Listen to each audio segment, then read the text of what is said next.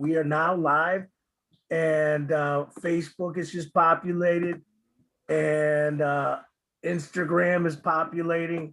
So we're in a good spot right now. So let me just share our screen. And Ambrose, as soon as you get situated, my brother. We're live. All right. If you could, in customary form, just share with Jesse our platform, who's following us, and really our intent when we go live like this. Hey Jesse. So we have audience of newbie wholesalers who's looking to get into the game, and our intention is to bring people who's been doing this for a while, to give them a little game, give them little motivation, and get them started in the real estate market, basically. So this is the platform. Thank you for being on our show today. Absolutely. No, that's great to hear. So, yeah, you guys, you just kind of guide the questions. Let me know what you guys want to talk about, and then generally, once you get me talking, I'll try to watch my time, so I'll limit my time. But once you get me talking, sometimes that's a wrap. So make sure you just go ahead and jump in when you need to. Step up, ask some good questions. I'm here for you guys. All right. So yeah, we're gonna jump right into this fast and furious. I got two questions right off the top. Jesse, tell the world, Facebook world, IG world, a little bit about yourself, how you got pulled in this industry of real estate, and what were some of the life lessons maybe that you saw as a child that brought you to this place? Sure. So going way back, a lot of people can probably already relate to this. Ever since I was a kid, it was always figuring out what I can do for older people. How can I do things and make money? Take their groceries just from their car to the front door, right? Pick up some pine cones, whatever you got to do, just to try to make some money. I remember making jewelry and stuff like that for people, just trying to make some money. So I was always doing that from when I was a kid.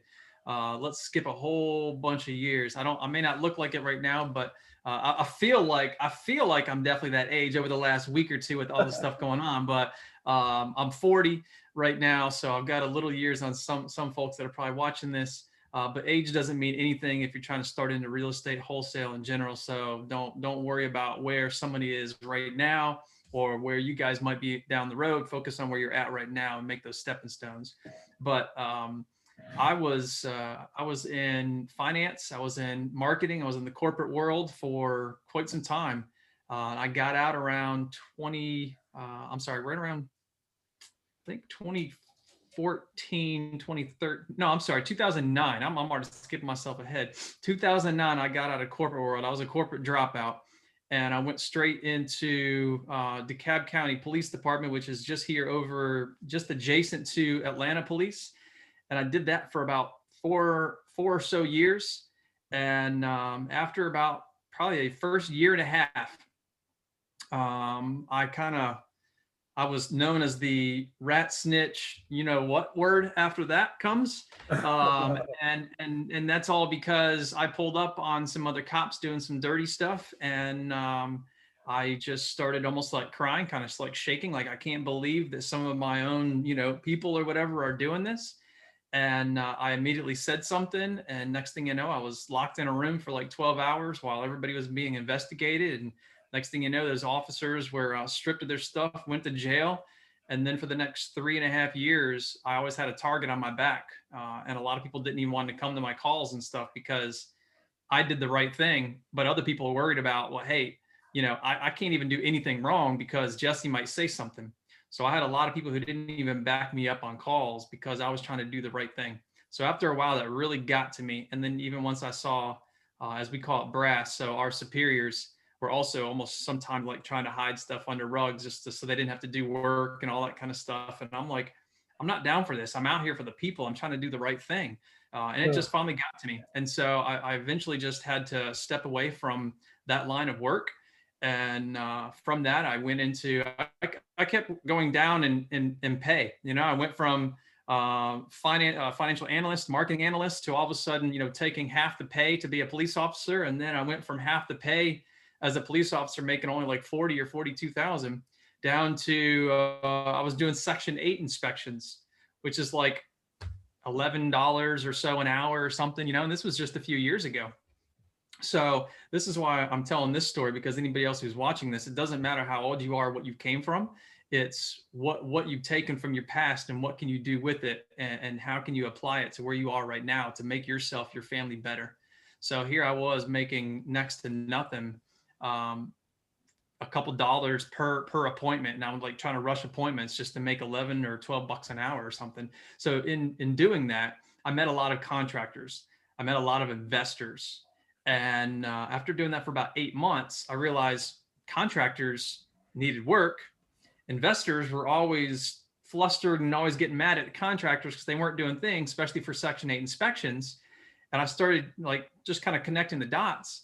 And then one day I remember asking one of these investors, hey, how are they buying all these properties and for these prices, and who are they talking to? So I just started picking up little small tidbits from these people.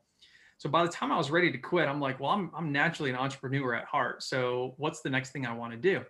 How can I make money with what knowledge I have right now? And I came up with my company now is Exco Management. I came up with that, and I hope everybody here gets a really good laugh at it. Some of you guys may not really know what this is, but the rest of you, I hope you do get a really good laugh out of this one. So I knew contractors, I knew investors, I knew what they both wanted. This person needed a job, this person needed the money. So what I did is say, okay, cool. Great. Okay, great. Oh, so let's just start with something simple. Paint, carpet, some of the cosmetic basic stuffs, flooring, carpet, some simple stuff. I know this guy charges X dollar a square foot. I know this investor, he'll pay X dollar a square foot. So I just started putting people together and started making money. And little did I know, me as the middleman, I basically, without even knowing what a general contractor was, I was basically an unlicensed general contractor. Hey, you got work you need done? Great, I can do it for you. I did the billing, I did everything except for hands-on work. And then a few months later, one guy that I did some work for was like, yo, I love seeing what you do. I love all your pictures, your video. You're always staying on top of everything. I love it. Hey, I'm thinking about flipping properties, and you already do a really good job. You already have all the connections and stuff like that. And I'm like, yo, that would be really interesting. I've always seen all these TV shows and all that kind of stuff. I'd love to do that. And so he's like, let's go ahead and start working it together. So for the next year, that was 2015. I started my company at the end of 2014. So 2015, I started flipping properties with him. And that last 1 year, found out he was actually in Spain. And here I was being the project manager for all the flips that we were doing, running around 12, 14-hour days, flipping these properties. And we were making good money, but we had one really hard loss. He was supposed to be the finance guy. He was supposed to be running the numbers. He was supposed to know all that. And I knew my part, which was running the rehab, knowing my numbers, and keeping that side together. So he got us in a real tight bind. And of course I had to trust him because he was the one who supposedly knew all this stuff. And we ended up losing 80 grand in one property, which set us back most of what my profit was that entire year of learning. So all that to say, that was one year of a lot of learning and a lot of pain and fun, and things didn't work out for him. So I just told him, hey, I can do this better by myself. So starting 2016, I started flipping properties myself. I kept what was my project manager at that time. I kept him on board. So matter of fact, since 2014, 2015, he's still actually with us today as my full-time project manager. So 2016, I kept flipping by myself. 2017 is where we are now. What you guys care about is the wholesale side. 2017, I brought on one of our friends who was my first acquisitions associate, who is now the COO of Exco Management. And so I brought him on there. I actually ripped him from an IT job and doubled his income in the first year once he started doing acquisitions with us. And we've never looked back ever since. Since then, as of just probably about 2 weeks ago, we had 6 acquisitions associates. We've got 2 dispositions managers and marketing manager, cold callers, COO. But now we're actually, just in the last 2 weeks, I'm going down to 1 dispositions and 4 acquisitions associates. We're literally now, and I'll tell you guys all why, but we're now really trying to kind of not lose control not grow too quick and realize where we're at now in the Atlanta market. It's oversaturated and there's a lot of competition, a lot of problems. And so now we're kind of focusing on still some here in Atlanta, but we're also focusing on other markets. So we've got Tennessee and Virginia with one of my mentees that we're partnering with there as we kind of test out the virtual type thing, even though he's boots on the ground there. And then just start putting our money where the money's at. And right now in Atlanta, it's not really here. So now I really have to tighten up on the team. The team's got to feel a whole lot of pressure. Mm-hmm. And that comes down to one of the things that we're going to be talking about is metrics, KPIs, and stuff like that, where, hey, you need to have minimum expectations for people. And unfortunately, when you're running a business, you're allowed to have emotions, but you also need to really control those emotions. Otherwise, you'll do like I've done probably close to a second time. And I plan to never do that again, but almost run my business into the ground in the past by not paying attention to the facts in front of you Mm-hmm. and making decisions based off of emotions and hopes and dreams. And unfortunately, if some people don't perform, you're already giving them your heart and your time and your everything really.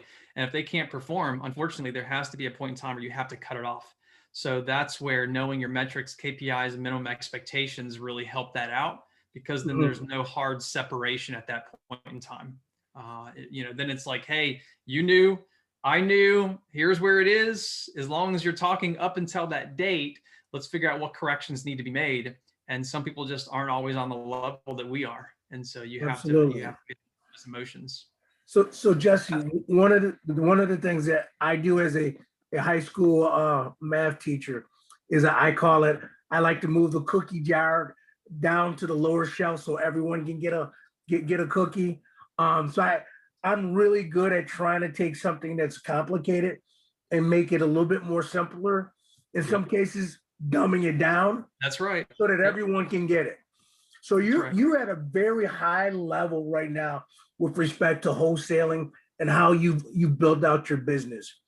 What I would love you to do is just go time travel with me for a minute. Yep. Some of our viewers, they're making cold calls. They're marketing. They actually may even have spent a couple dollars to advertise on billboards, but many of them actually haven't gotten their first deal yet. Yep, perfect. So take us back to your very first deal where you had proof of concept. So I probably got a little head start than some other people. So I may want to just jump straight into how can we help them and what should they be focused on. Let's because go. I already came from flipping and stuff like that, and then already listening to the partner at the time of like how he was getting deals and stuff, which by the way, that all started from just like buying things off the MLS. This was years ago where it was not near as tough as it is today. So he could still find some deals there. And then obviously trying to buy from other wholesalers and stuff. Once I started doing my own, that's a little different. Once we started doing our own, which is kind of what I can kind of tell a lot of the folks that are out here right now, is if you don't have the finances to already be out there marketing, direct mail, cold calling, whatever of these other marketing mediums that cost a little bit of money, versus something like bandit signs, door knocking. Now those do cost a little bit of money and time, but not nearly as much of an investment of something like cold calling, direct mail, especially not direct mail. But we kind of started out doing direct mail, and I had a little bit of finances because I had other flips and stuff like that. So I had money to, as I look at it now, I had money to blow and learn some major mistakes when it came to marketing, direct mail, and not paying attention to our metrics. I blew a good another 40 to 80 grand of making mistakes doing it that way as well. And I'll tell you a little bit more about that. But if I was first starting out, honestly, what I would do is, this is probably something that majority of your listeners don't follow. And that's okay. And I'll explain the reason why I think that this method is better than what most people do. Most people, what they want to do is just go out there, get a contract. They want to get something locked up and then try to go put it on Facebook, call all their friends, call all their investors, start calling people. Hey, who's got a buyer? Who's got a buyer? Not to say that it doesn't work, but you can quickly piss off your sellers and lose out that opportunity.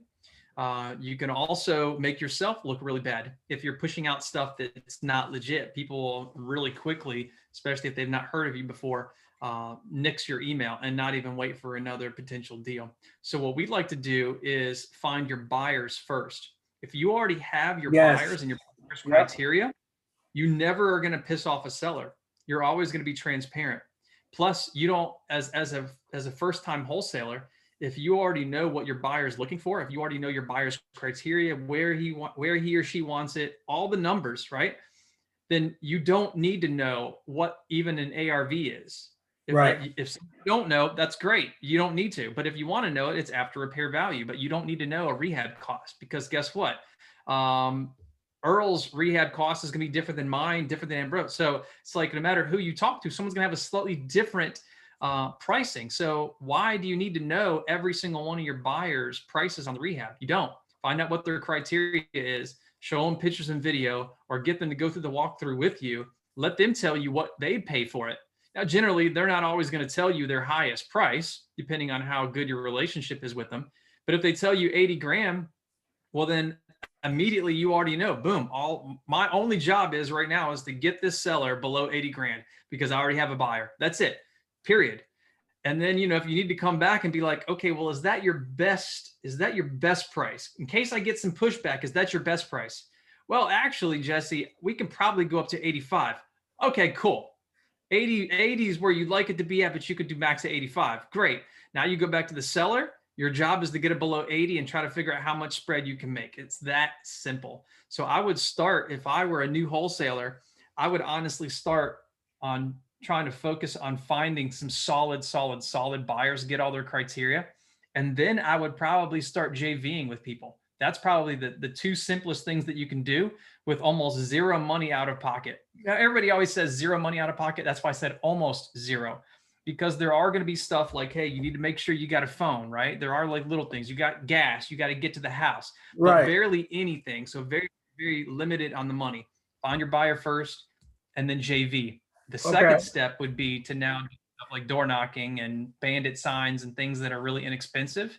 Craigslist ads, free. It's just time consuming, but those are 3 easy things to do if I was first starting out. Nice. Now, so here's the amazing part, right, Jesse? You don't know our business, but you just kind of summarized a lot of the things that we had to learn the hard way, and we ended up pivoting to. So, Ambrose, if you could just take a minute, unpack what Jesse said for the benefit of our listeners, so they realize how on point this gentleman is.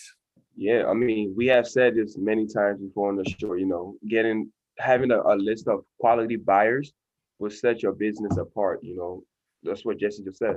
You know, have a buyer who already know what they want. So when you present a deal to them, it's going to be easy for that deal to, you know, to go through as well. So I definitely understand that. And, you know, one of our mentor, it's the same thing, the same business format he's been teaching us, you know, build a buyer's list, you know, scale it up. So when you have a deal, it'll be easy to be sold. Yep. So for my question, right, I see that you have learned to experience.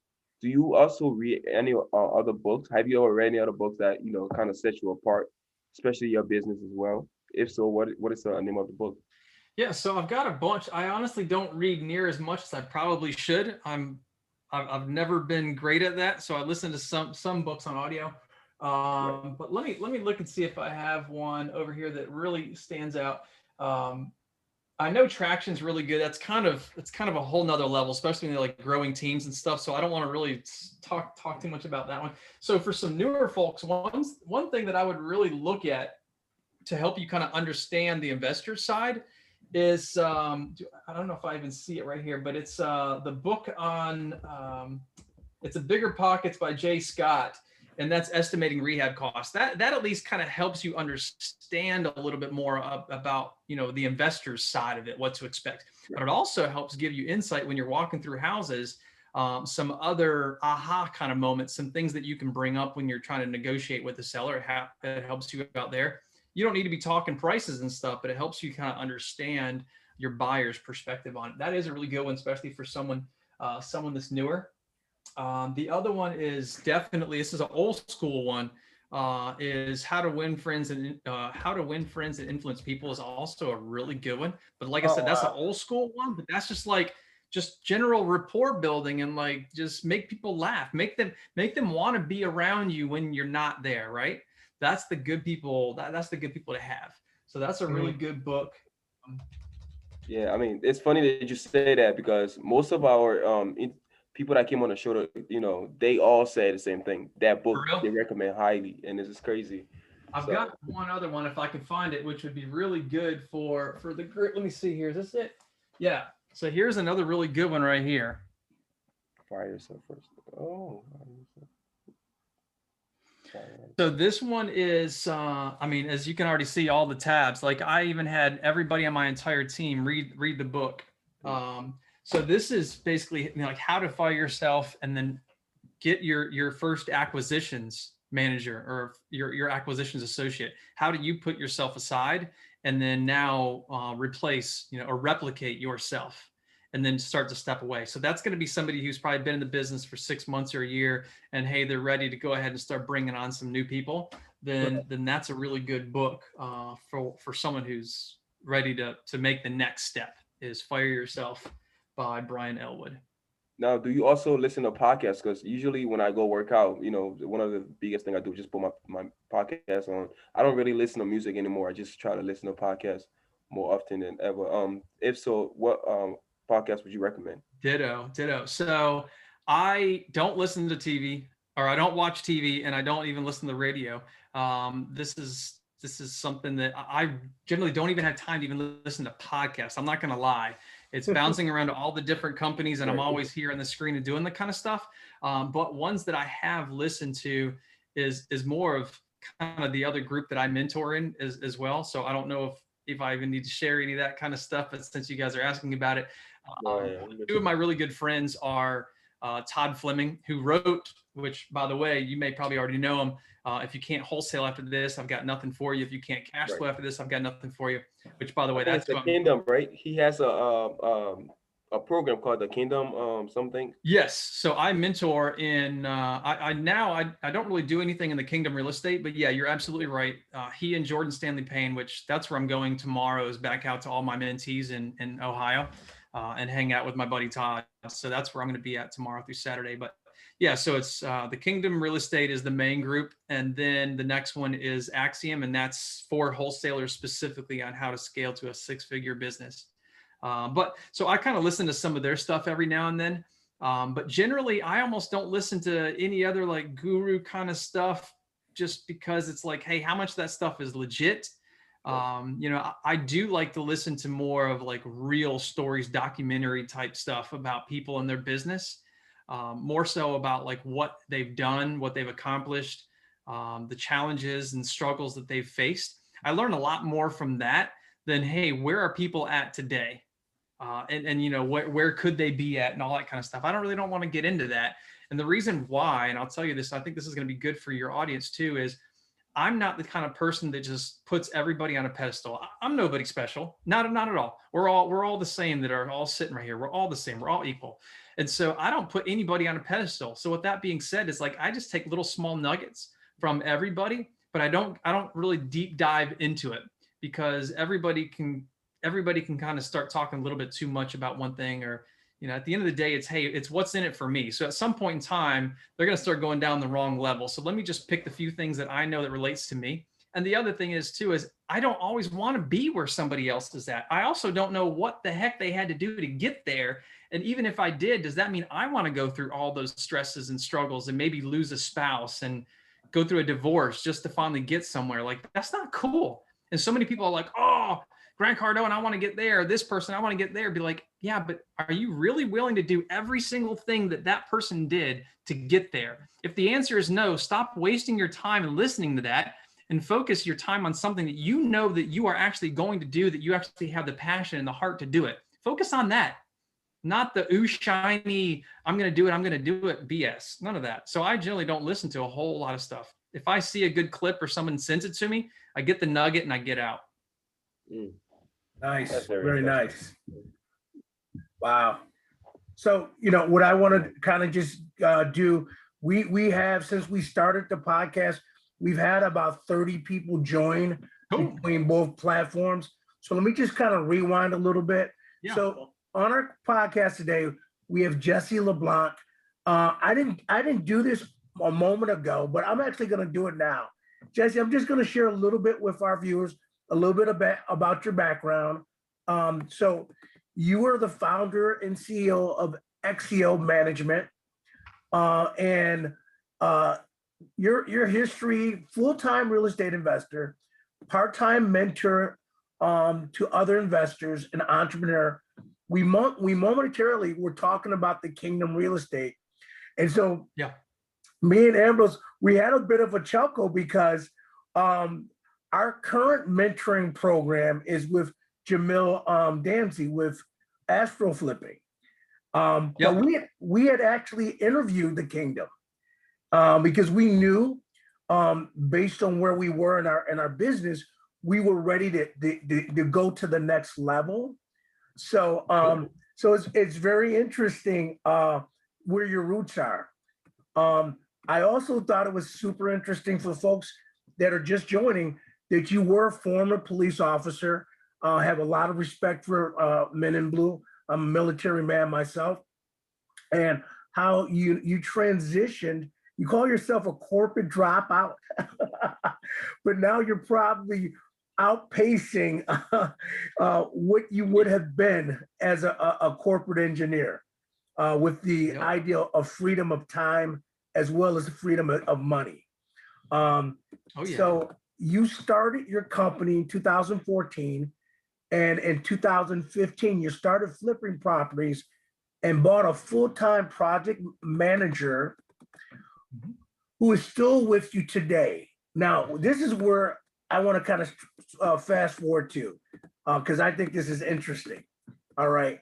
So in 2020, you did minimum flips to focus on expansion of your wholesale business while developing this online KPI dashboard. Let's talk about it. Sure. So how that came about was kind of what I told you guys earlier. I lost an easy $40,000 on direct mail here in the Atlanta market years ago.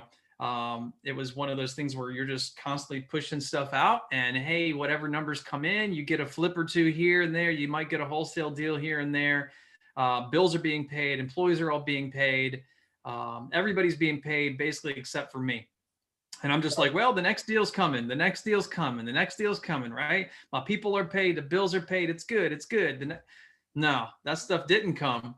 And then I finally realized one day that, wait a minute, I'm like really running out of money. I'm like literally about to run my business into the ground, but I got to keep all my people paid. What's going on? And I was like, something's not right with this wholesale stuff. How come I'm not getting more deals, And I started finally running my KPIs, the key performance indicators, running my metrics on it, and realized that some of my flips were actually paying for all the marketing dollars on my wholesale side. And that's the absolute wrong way to think about it. If your wholesale business isn't paying for itself and it's not sustainable, you've got to die in business. And I didn't realize that. And so I ended up having to pull money out of credit cards, pulling money from wherever I could just to go ahead and get myself back in the game. So then there was like another year or two that I was still running the business, still doing my metrics and KPIs, probably like maybe 60 or so percent of the time, still not even near as much as I should have been doing, but at least I kind of already knew where the direction of where I was going and stopped blowing money. And then I had like a 20 something page Excel spreadsheet. I mean, it was just all over the place. One little formula that you mess up on page 13 screws up all 20 pages, and out of thousands and thousands and hundreds of thousands of cells, how do you find the one problem? So recently, well, I say recently, it's almost been a year to the day. Maybe it's just been a hair over a year. I had all my Excel sheets and was like, hey, how do I get this out to other people and help other people? And I might as well as monetize it. There's no sense in me spending years and years trying to create this and share it, but just give it away. So I got hooked up with someone, and they helped me put it all online. So now there's no 20-something page Excel spreadsheets. It's all online. We actually went live a few days ago, but our dashboard had a little bug that caused the main website to go down. So the main website hopefully should be up the next day or two, but that's very simple. WholesalersKPI.com is very, very, very simple.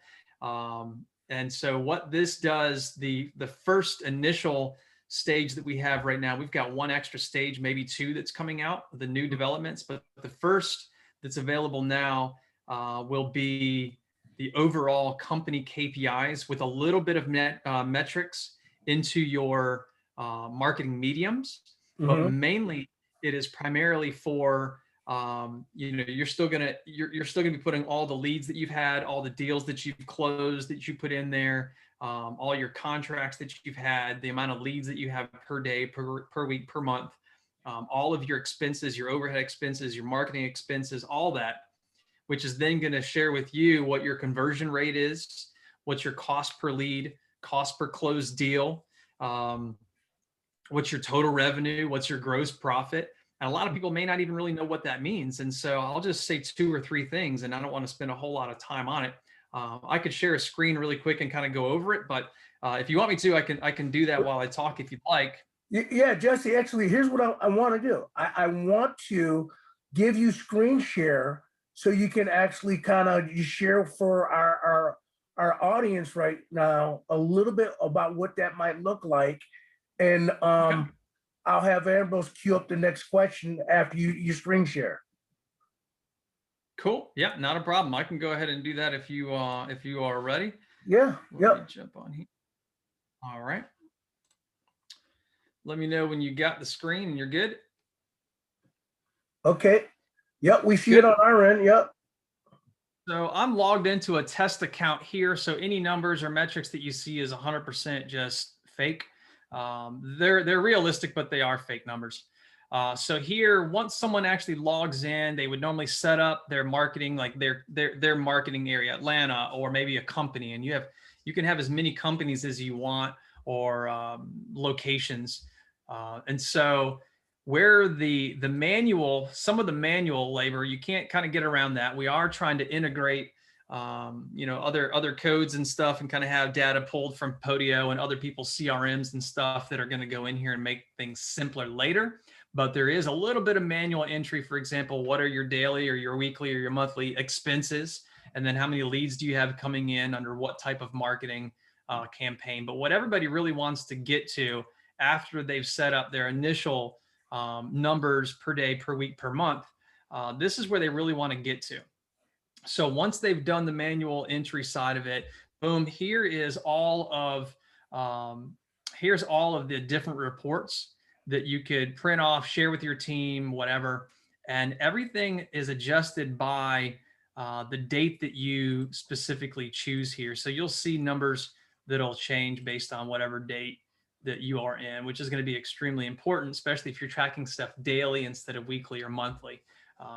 But here we go. So total lead count, your overall marketing cost, your average cost per lead. Now, this is something that's really important because, hey, if you're like, which I'm going to get to in a second, if I know it takes me 50 leads and then I get a closed deal after 50 leads come into my CRM, well, if it costs me $21, let's just call it 20, and I've got 50 leads, you do the math. And if your average deal spread is 10 grand, well, then you now know, boom, how many leads do I have to make? 50. How much is it going to cost me? Boom. How much money am I going to make? Boom. Subtract the two, and that's how much money you're going to be left over with. Most people have no idea how much it costs them to generate one lead. Are they generating a lead from direct mail? It could be higher, it could be lower. Are they generating leads organically? Are they generating leads from billboards? All those things have different costs per leads. And so recently, like us, when all of a sudden we're tight for some funds, we're realizing that our market's super saturated and I'm moving into another market. What do you think I'm going to do? I'm going to spend a month or two trying different campaigns out and figure out who I'm getting the most leads that cost me the least amount of money. I'm going to pump a lot of money into that type of marketing. until I could then say, good, I've got a little nest egg. I've got a little money in the bank. Now let me just test out this other type of marketing, test that out for a couple months and see how that's working. Meanwhile, I have the consistency of my first type of marketing already working for me because my metrics and KPIs tell me it's working for me. So average cost per lead, how many deals this company has generated, the average cost per closed deal. So this right here would be, hey, your marketing cost, overhead, et cetera. That's how much it costs me right now to run my business and successfully get one deal closed.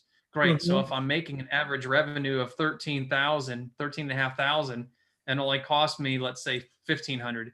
So I'm down to 12 grand. So every single deal, I know that I'm making a net profit of give or take 12 grand. I'll spend, I don't know about you, but who's going to turn down spending $1,200 to make 13.5, like all day long, baby? All day. I could now see something like this, right? This is also something to where, depending on where you are in your business, you could now present this based on the last 6 months, a year of your business.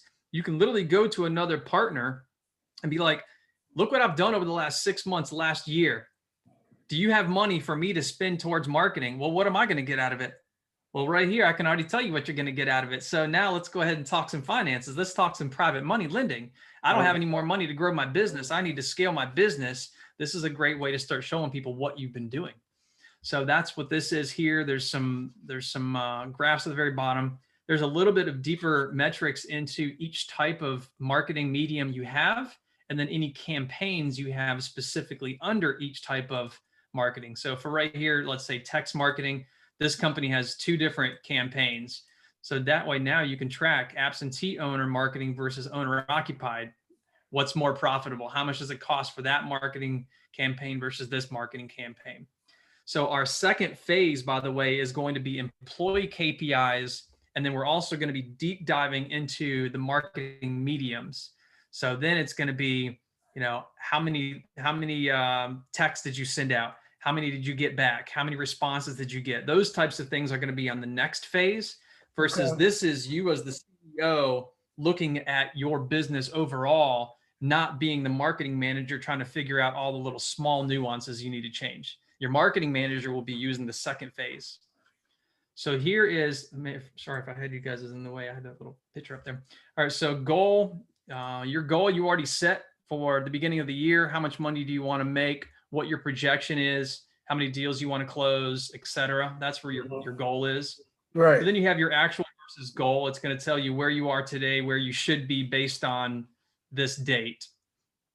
And then same kind of thing, a little bit more metrics about where you are, where you should be, how many leads you should have how many deals you should have closed, et cetera. And the last 4 are what's going to be really important here as the CEO, getting into what my revenue is for paid marketing only versus that and organic, what your overhead expenses are, what your year-to-date expenses are. Just starts going a little bit more in depth on your profit margin. How much money? So for those of you that may not know what profit margin is like, hey, out of every dollar, how much of that are you keeping in your own company or your own pocket? So this company here is retaining 63.5%. And then like this, like, hey, what's your marketing percent of revenue? So if you're bringing in $1, then this means I'm spending 7.5 cents to make $1. That's what this means right here. So those are the types of things that you want to know to be able to make future decisions off of these numbers, because these numbers aren't going to lie. Now, Jesse, is this like mobile friendly? Does it have an app as well? So this is all on URL. So you could just do it all from web. So if you want to do it from your phone, you can. It is going to be a little bit more difficult to do it from your phone, especially when you're doing stuff like this right here, when you're entering in your leads and your expenses and stuff. Obviously, because the screen's a little bit easier to go wide, you probably have to like scroll over on your cell phone.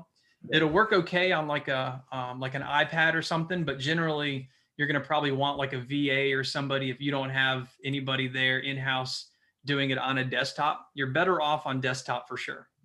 Okay. For sure.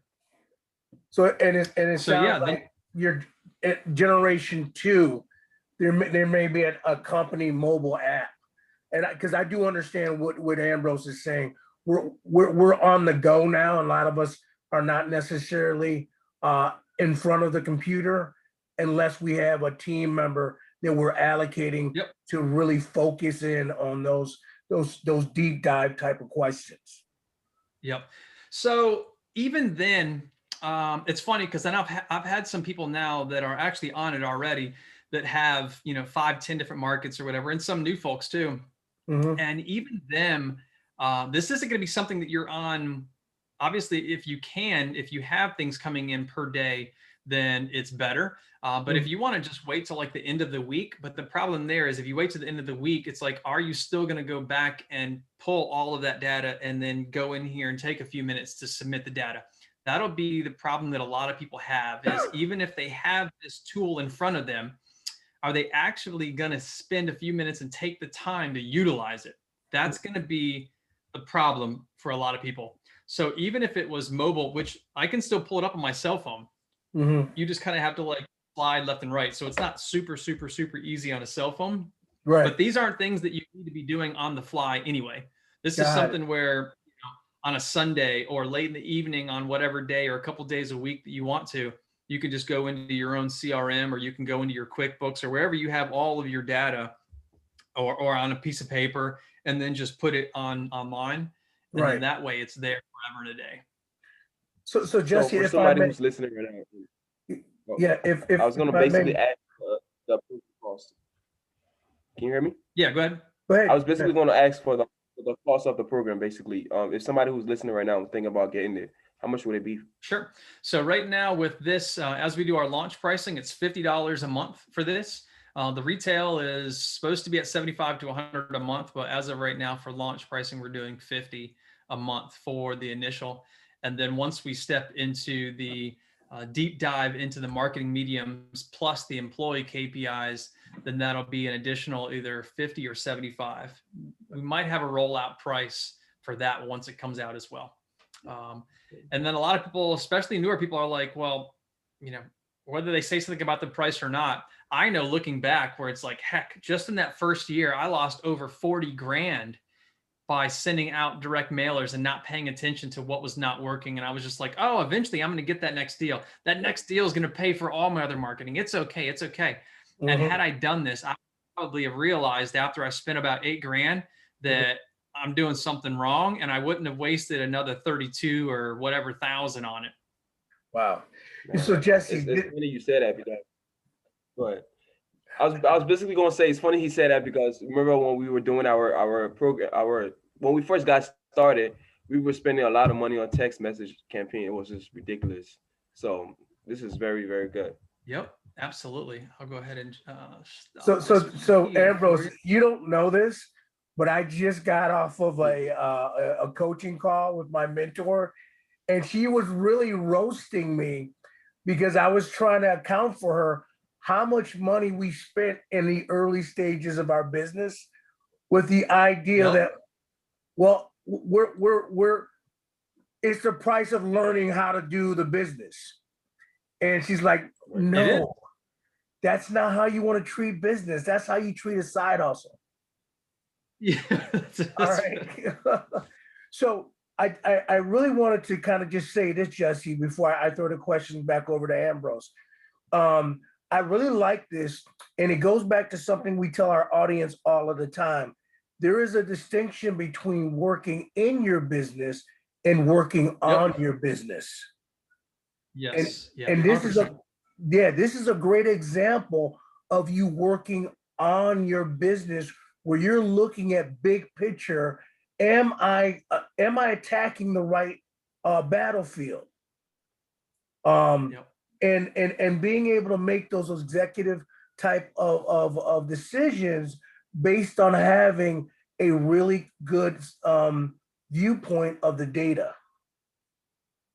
Yeah, 100%. And then, with that being said as well, and then that's actually another reason why right now we are actually moving into another market. I mean, we already started to move into another market, but now we're realizing really quickly here that the market's so saturated here, and all of a sudden what $1 used to take us to this level, and now $1 like barely gets us 20-25%. It's like, why am I wasting this much time and stress and everything else when I could take the same dollar and literally make 4 times the amount in this other market. And that's exactly what we started doing. And had it not been for something like this, paying attention, then I would not even have known. And I would just tell myself, just like I've told myself in the past, it's going to come. It's going to happen eventually. Something's going to happen. Something's going to happen. Right. And next thing you know, I would probably run my business into the ground because I would just be paying way too much. Our profit margin probably in the last year dropped a good like 20 or so percent because of everything with the market and the cost of trying to do, which really that just means we're having to pump out way more marketing. We have to do a whole lot more to get the same amount back. And when you do that, guess what? It costs you more money.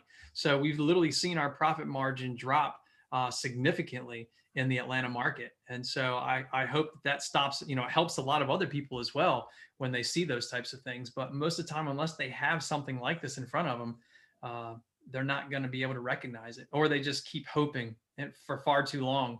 And then they just eventually get out of doing wholesaling because it's too hard. Something's so hard, they don't want to keep doing it. They're going to go back to the easy way. So this is something that's going to help them hopefully push through those pains. Absolutely. And that's the whole point of our podcast, guys. We want you guys who are checking out wholesaling, as we say all the time, wholesaling is the gateway drug in the real estate, with the idea that, hey, you're going to start out as a wholesaler, and in 2-3 years, you may be doing some buy and holds. You may be doing some syndication for apartment buildings. The sky's the limit. It really is. And that's the beauty of real estate.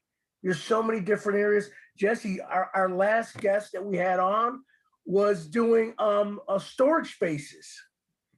Yeah. So, I mean, it's there's so many different doors that someone can enter, but you just need to develop some knowledge, grab some mentorship.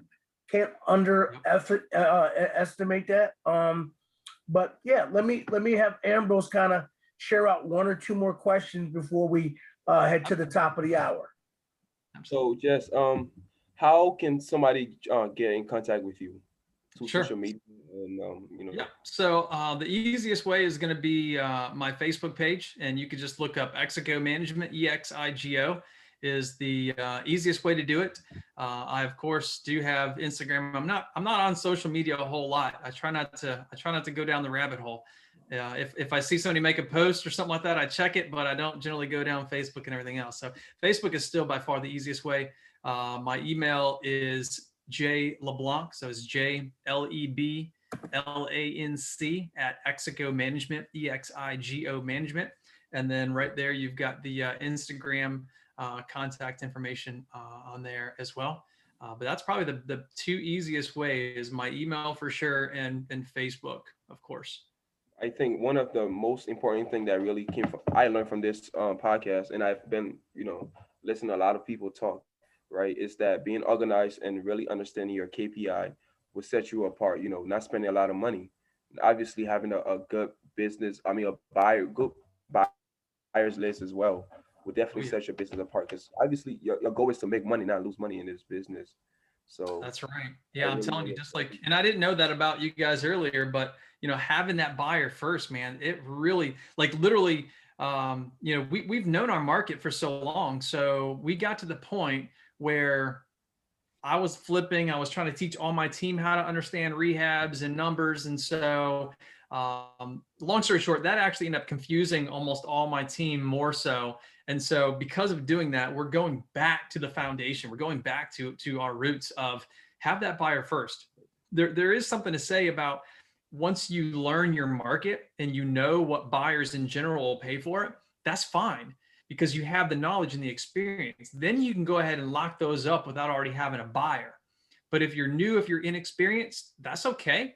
But generally try not to go just get your seller locked up, because you probably don't know what you're doing and you're probably just burnt that bridge. It's better to be transparent and set the stage from the go, and it's okay. You don't have to say I'm the one buying it. You can just sit there and say it's my business partner or whatever, right? Just be transparent, and then make sure once you share it with your buyer, then it's super easy. Yeah, you're the middleman, but it's super easy. They tell you a price, You don't even need to know why the price is the price. That's the price. Your only job is to now just make sure you don't go over the price. It's simple. Right. And then all you need to be focused on is how can I solve this person's problem? How can I serve them? How can I take care of them? That's it. And then walk away. Feel free to walk away. Like have the kahunas and the strength to walk away. It'll definitely set you even further apart because they're going to want to come back to you, especially when they realize other wholesalers screwed them up. Right. They're going to be like, yo, that I remember that guy, and they're going to call you back. And I think one of the hardest thing we had to learn, and I give this prop to Earl. He always tells us, listen, if the deal is not working, walk away. And before I was like, man, we might not have another deal coming up. He's like, nah, we have to walk away, and it makes a lot of sense. So my next question is that how can you find a buyer if you're not really, because I know there's Facebook, Instagram. Yep. Is there any other way that you can, teach wholesalers how to find a buyer? So the quickest and easiest way to find buyers is probably on social media, probably on Facebook, because you can already see people posting their projects and stuff like that, right? That's one of the easiest things that you can do. And then vet those people out. Once you call them and talk to them, then you could just be straight up, hey, I'm not like the typical wholesaler. Yes, I'm a wholesaler. I'm not the typical wholesaler. I'm here to find you properties that you want, that you're looking for. I'm not going to just go lock something up and then send it to you overpriced. So with that being said, I'm here to learn. I want you to tell me what your criteria is. Don't just tell me, send me all your deals. Don't just tell me, send me what you got. Don't just tell me, send me the good things. I don't know any of that. I'm here to learn from you. And so I'm going to provide you with value. In return, you're going to provide me with value. And the value is going to be you tell me what you want so I can learn quicker and I can bring you more deals. If you don't work that way, I understand. I'll go find someone else who really wants me to bring deals. But that's my job right now, is to bring you deals. And then ask them what their last 3 deals were. Because even if they don't really want to go fully in depth about what their last deals were, when they bring you their last 3 deals, you already know basically, because 2 out of 3 are probably going to be darn similar. So you're like, okay, I know their zip code. I know their area. I know it's this brick. I know it's that. Good. Now that's my job. Go find it. And then the second you do bring them a property, then they're going to know that you're legit. And then they're going to share everything with you. And then you're going to learn even quicker that way. So Facebook is probably the number 1 that I would go to. And then the other is, if you hear about some flips and stuff like that, go check it out. You can also build some relationship with contractors and stuff like that too. But if you swing by somebody else's house that they're flipping, and then you hit them up on social media again and let them know that you swung by, everything was beautiful, everything was great. I love what love what you're doing. I'm trying to find more houses like this. Hey, what else are you looking for? So that's an easy way as well. The other is when you see other people post deals, whether they're good deals, bad deals, doesn't matter. And you see constantly the same type of people that are posting their emails and stuff like that, looking for deals, reach out to them specifically. And what I would do is, instead of just peeing them a message, make a video, make a little selfie video. That way they see you, and then send them the video. They're not gonna just ignore that video. It's easy to ignore a couple messages like, hey, I'm a wholesaler. It's like, yep, another one of those people. But if they send me a video, hey, I'm Jesse, this is what I'm doing, everything. I'm like, okay. See, now I'm engaged. And then they're going to want to respond to you. That's gangster, man. 20 or 30 second video, something short. Nobody never said that before on this show. Having a video. This is the first ever. Yep. It works, man. We do it to our sellers sometimes too. Like, we'll literally, if our team is at a house, we'll like take a picture of ourselves in front of the house, and then we send it to the seller. They can't tell me that they don't know what that house looks like. You know what I mean? Like, they know that you're legit. And so we do that all the time too. But even just a couple 5-10 second video. And if you want to, it can even be the exact same message. It could be one video, and you don't even have to say the person's name. It could just be one video, and you can send it to all these potential buyers, and then try to start building a relationship that way. Because most people aren't going to take 30 seconds out of their time, say, hey, I know you're super busy. I just want to introduce myself, blah, blah, blah. Here's the value I'm going to bring to you. And make sure that you always are talking about what you're doing for them. Don't even worry about talking about yourself. Don't even worry about talking about what you want from them. Just make it 100% be about, here's my name, this is what I do, but now focus on what you're going to do for them. Let them respond. If they're legit good people, they're going to respond right away. Amen. Amen. Amazing. Literally speechless. Yeah. Man, So Jesse, man, that's good. I literally, I'm not out of questions, but I'm respectful of your time. Can I, there's two pieces I want to just throw out there as a Yeah. tease. One of the things that we didn't talk about is how you acquire rentals with zero Yeah. of your own dollars. So Yeah. what I'll I tell that would one love, really quick. yeah, what I would love to do is if you could touch upon that really quick for our viewership, and then Cool. also, what are your goals for 2021? Because I would love to invite you back in 6 months just to see where you are in terms of being on track for that. Yeah, absolutely. So, real quick about what you're talking about there is how do I buy rentals without any of my own cash? And anybody here can do it. You don't have to be bankable, meaning who cares about your FICO score, your credit? Who cares what your history has been? Who cares if you have $50 in the bank? You can buy rentals and now have your own long-term passive income from your rentals coming in without any money. And this isn't a ploy like everybody else is like, oh, it's zero money out of pocket, free, blah, blah. That's not what we're talking about here. We legitimately are talking about your time in exchange for being able to buy rental properties without anything. So let's say that it's the property is worth $100,000. Let's say that there's, just to keep things simple, let's say that the as-is house could rent. It's rentable. You don't have to put any money into it. Just to keep this simple, it's worth $100,000. You buy it from somebody for, which is your job, is to create the equity, create the spread, right? Mhm. You're buying at a discount. You're buying at a value. That's your job. So you now buy this house at $70,000. So now that you have this house under contract for $70,000, what you'll want to do is and you may not have it right now, and that's okay. This is just as you grow, this will happen. You find what we all like to call private money. Now, private money could be mom's money, could be dad's money, could be your brother's money, or it legitimately could be somebody, a neighbor who has money, the private money source. So however you want to do it, they're willing to fund your property at the $70,000 that you have the house under contract.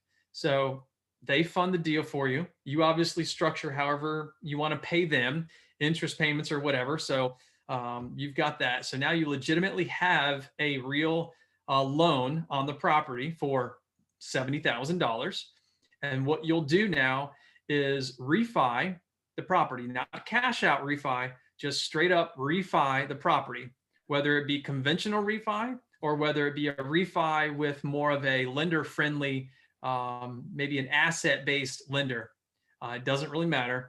You're just going to do a refi. And now the mortgage company is going to, when you're going to closing for your refi, they're going to reach out to your existing lender, which happens to be your mom, your dad, your sister, your friend, your neighbor, your private money person. And they're going to say, hey, I see that there's a lien on it for $70,000. Can you send me the payoff? So let's assume that you've already paid your fees to your lender and all that kind of stuff. They send the mortgage company the payoff of $70,000, and they're going to do an appraisal on your house. The appraisal is going to come back for $100,000. And if you're doing a conventional loan, you can do up to 80%. I generally stick at 75% or below, as we call it, loan to value. So the Mhm. house is worth 100. You're going to get a new loan for a max of 80, or in this case, 75. And the reason why I say 75 is because you're going to have a lower mortgage. You're going to cash flow a little bit more, and you're all in right now at 70.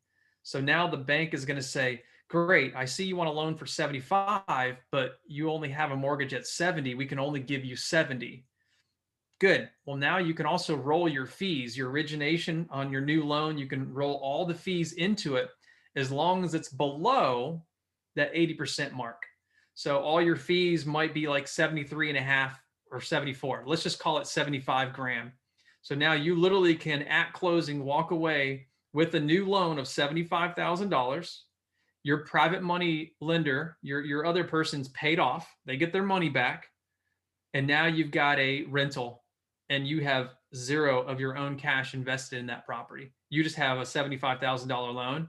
And obviously you ran the numbers and everything ahead of time to know that your cash flow was going to be your minimum, whatever you want your minimum to be. And obviously you're covering your monthly mortgage.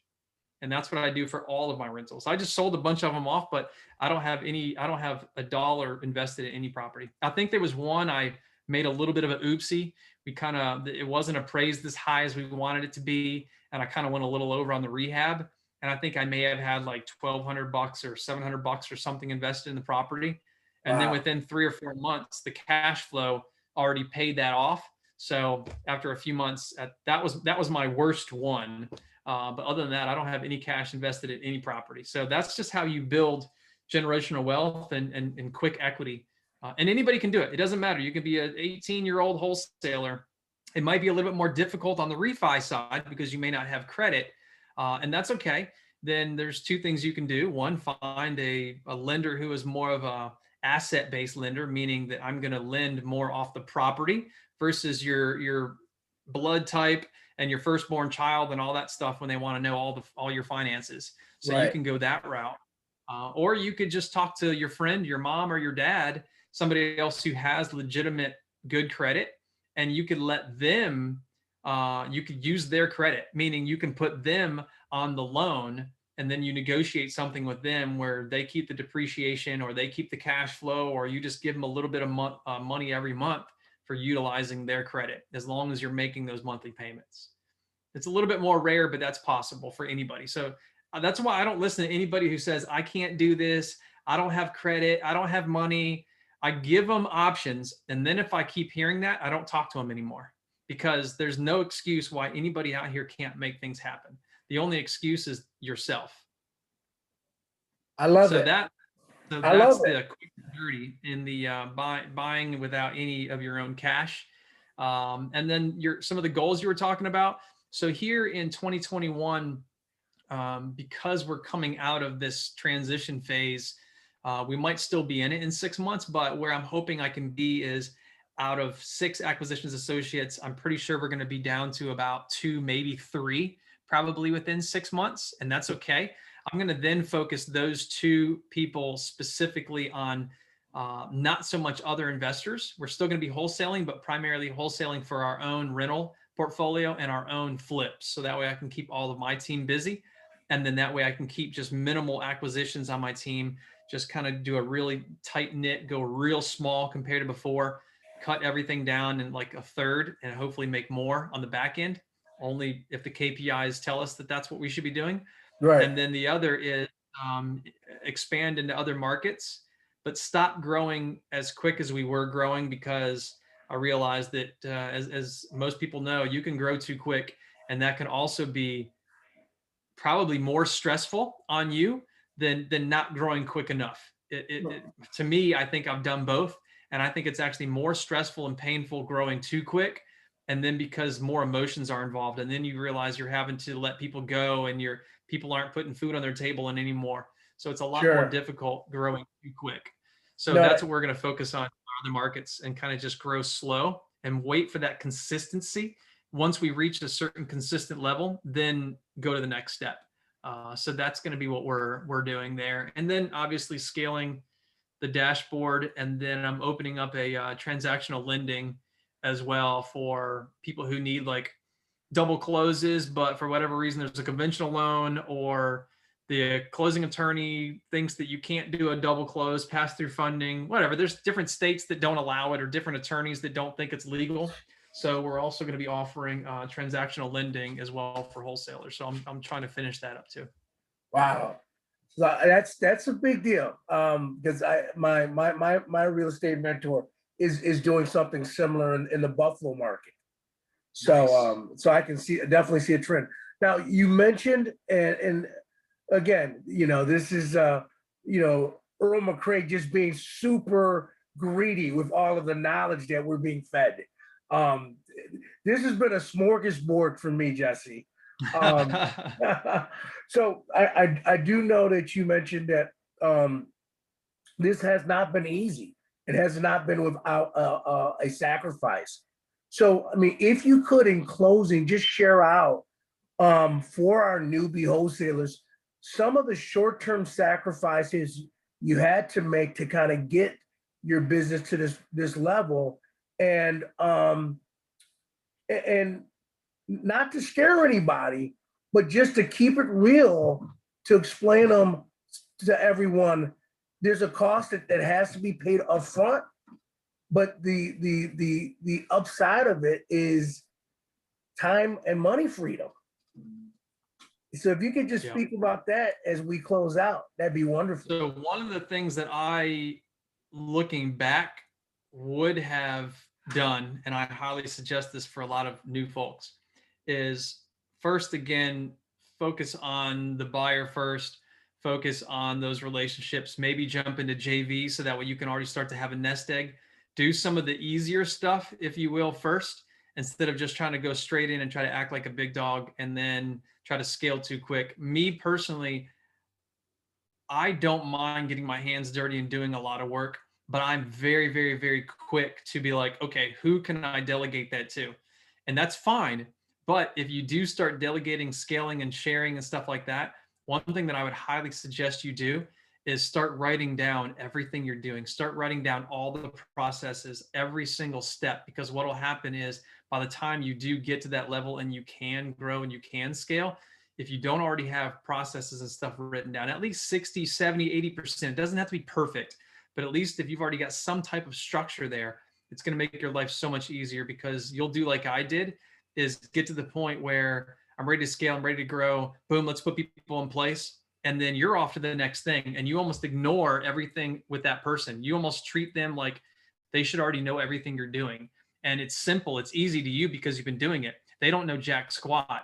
So if you don't already have all your systems and your processes and everything and your training ready, you're literally just going to slow yourself down, and then you're going to cause way more pain. And I've done that a few times. So be really careful about doing that. But some of the other pains in the beginning, obviously you're dedicating a lot of your time. And one thing that would have helped me ramp up a lot quicker is trusting others who have been there and done that, and listen to them or paid for their experience. So some type of coaching or something like that, right? I don't know what it was or why I didn't really do that before. Either I just didn't really know who was out there.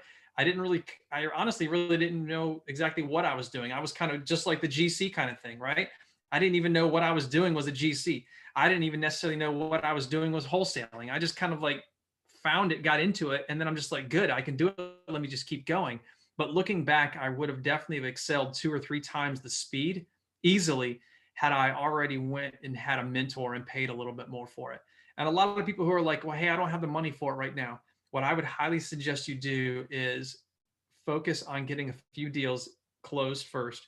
Still find some other mentors. You can find some other people who might be, they might have already have closed 5 or 6 deals. Like they don't know a whole lot, but they're still willing to kind of share some of their knowledge with you. And you may not even have to pay much or pay anything. So learn from people that you know, like, and trust as quickly as you possibly can.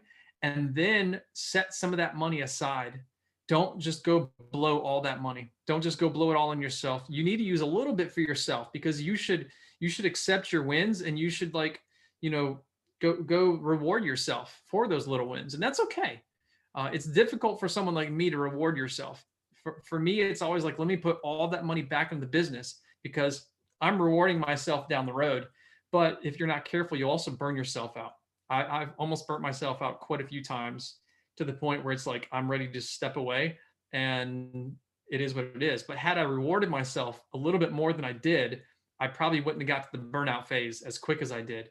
So that's another thing too, is it's okay. Use some of that money on yourself, but save a lot of it, and then use it towards still expanding your business. Go get a mentor, pay a little bit more, because the things that they're going to share with you are things that those people who close 5 or 6 deals that you're not going to get from them. And so you can quicker exceed that person who's got 5 or 6 deals really quick by reaching out to someone who legitimately knows what they're talking about, what they're doing, and still try to provide value for them. But at the same time, if you're still paying them one way or another, it's okay to try to retain and ask questions. And also, don't be fearful of asking questions. It's okay to ask, as you might feel like it's a dumb question. I still, to this day, sometimes don't like asking questions, because I don't really necessarily want people to think that I don't know what I'm talking about. But as I get older and as I realize that, hey, you should accept the fact that you don't know everything. You should accept the fact that you don't know a lot compared to what's out there.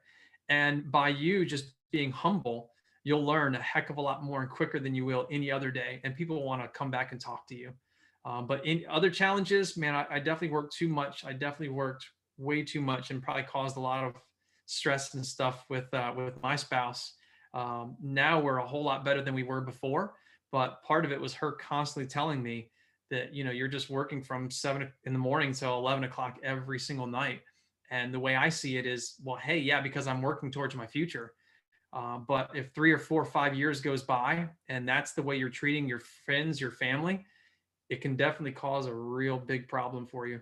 So be mindful of that. Money's not everything. We're all still really young. We have a long future ahead of us. So I would definitely say try to listen to those around you a little bit, and don't always work your butt off, and enjoy the family a little bit more. You're really walking right down my alley right now, because I'm all focus. But no, you're 100%. It's not sustainable, and at the end of the day, we're working to live. We're not living to work. That's right. Makes a lot of sense. Ambrose, you take it, man. Wrap it up for us, my friend. Hey, Jesse, thank you again for being on our podcast, Wealth Through Wholesaling, episode 28. Can't believe it's already episode 28. Man, time flies. So anybody that's listening, I hope you guys took notes because he really, really said a lot of good things, and I really respect everything that you just said.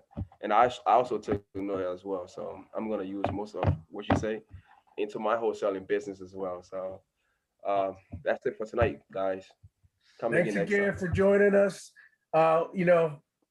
Real housing relief, revitalizing the community, one property at a time. Thanks again, Jesse. See you guys. Appreciate it. Thank you so much. All right. Have a safe trip.